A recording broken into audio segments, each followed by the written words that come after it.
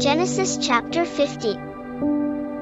Then Joseph hugged his father's face, and wept over him, and kissed him. Joseph commanded his servants the physicians to embalm his father. So the physicians embalmed Israel. 40 days were required for it, for that is how many the days it takes for embalming. The Egyptians mourned for him for 70 days.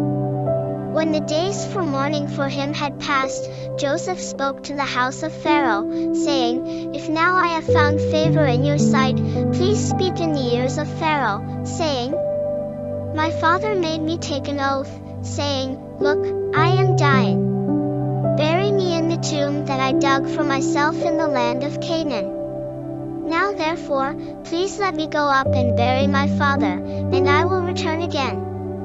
And Pharaoh said, Go up, and bury your father, in keeping with your oath. So Joseph went up to bury his father, and all the officials of Pharaoh went up with him, the elders of his household, and all the elders of the land of Egypt.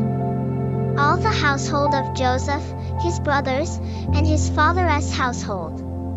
Only their little ones, and their flocks, and their herds, they left in the land of Goshen. And there went up with him both chariots and horsemen. It was a very large company. Then they came to the threshing floor of Atad, which is across the Jordan, and they mourned there with a great and very bitter lamentation. And he observed 7 days of mourning for his father. When the inhabitants of the land, the Canaanites, saw the mourning at the threshing floor of Atad, they said, This is a deep mourning by the Egyptians. Therefore, its name was called Abel Mizraim, which is across the Jordan. So his sons did to him just as he commanded them. For his sons carried him into the land of Canaan and buried him in the cave of the field of Machpelah near Mamre, which Abraham bought along with the field as a burial site from Ephron the Hethite. Then after he had buried his father, Joseph returned to Egypt, he and his brothers and all that went up with him to bury his father. When Joseph's brothers saw that their father was dead, they said, It may be that Joseph will hate us, and will pay us back in full for all of the evil that we did to him. So they sent a message to Joseph, saying, Your father gave this command before he died, saying, Thus you are to tell Joseph, Now please forgive the transgression of your brothers and their sin, because they did evil to you. And now, please forgive the transgression of the servants of the God of your father. And Joseph wept when they spoke to him. Then his brothers also went and fell down in front of him, and they said, Look, we are your slaves. But Joseph said to them, Do not be afraid, for am I in the place of God?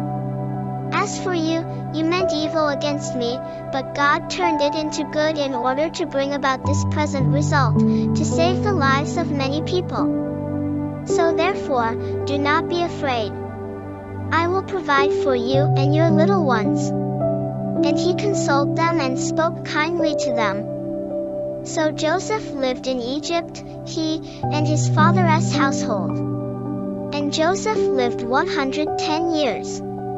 Joseph saw Ephraim's descendants to the 3rd generation. The children also of Machir, the son of Manasseh, were counted as Joseph's own. And Joseph said to his brothers, I am about to die, but God will surely take care of you and bring you up out of this land to the land which he promised to Abraham, to Isaac, and to Jacob.